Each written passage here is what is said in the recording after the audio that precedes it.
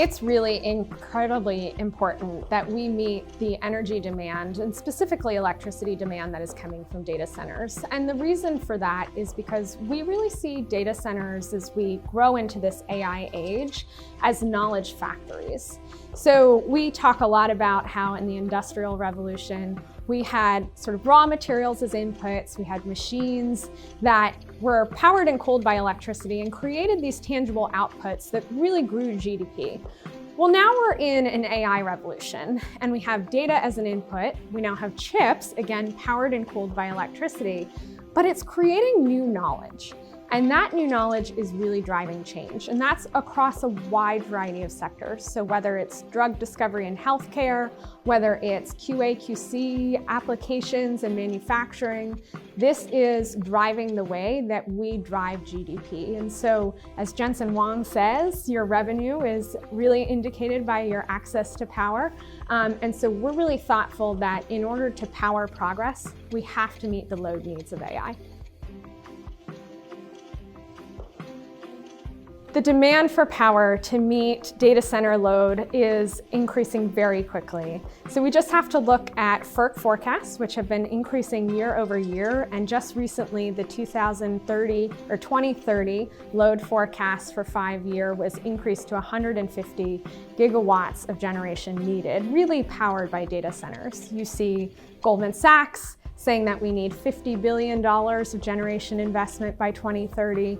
We see our own work that is indicating that by 2030, to train a frontier model, you're going to need potentially 4 gigawatts of power by 2030, I say. And that's important because 2030 is less than 5 years away. It's really soon. And so this need is now, and we are making decisions now in order to meet not just 2030, but beyond.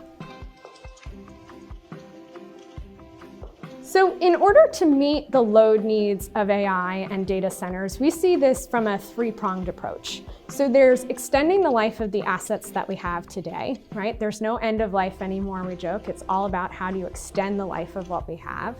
There's building new assets, which takes time. And then the sweet spot in the middle is how do you actually flex, right? And so we see that from two perspectives, many more than two, honestly, but examples are transmission. So we have existing transmission corridors. How do you actually reconductor those so that you can get more power down those corridors? Or how do you use dynamic line ratings to get greater capacity on the lines you have today?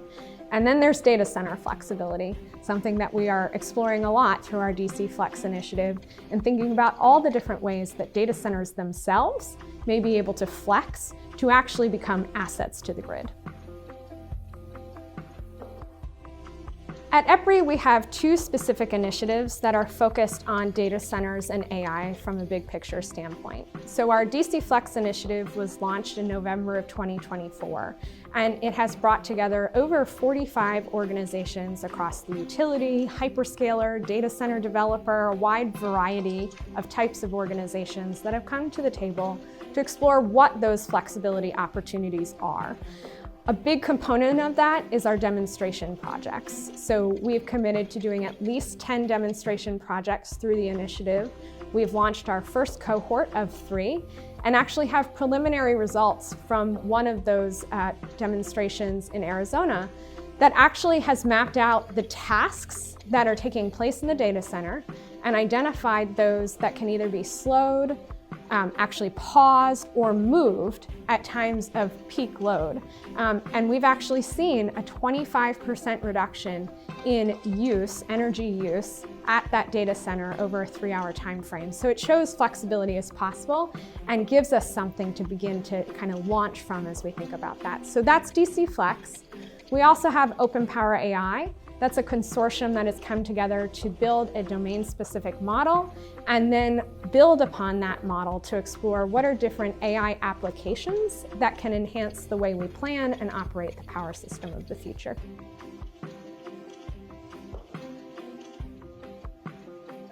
At EPRI, we think a lot about technology, but I think something that's important to think about when we talk about challenges and opportunities is the broader ecosystem that enables data center and AI load growth. and to meet that load growth.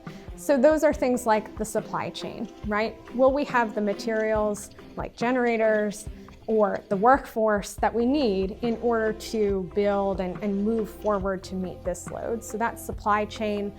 We have finance. There are different buckets of money that haven't been available in this industry before. We need to figure out, how do we access that as an industry? How do we actually select the projects in consideration of the wide variety of technologies that are available? So the financing piece is really interesting. And then regulation. So we've got 50 different states with different regulatory kind of approaches. We have federal regulation. We've got different markets. And so how does that all come together and create a tapestry and a big picture for the way that we solve these problems? These are outside of the EPRI realm, so that's where I see the opportunity. We have great opportunities to invest in R&D, to advance the technology particularly for some of these newer technologies, from first of a kind to nth of a kind, get them in the catalog and available as we think about CCUS, when we think about long duration energy storage, when we think about SMRs and advanced technology. And that is some of the opportunity that really excites me as we think about meeting the future load.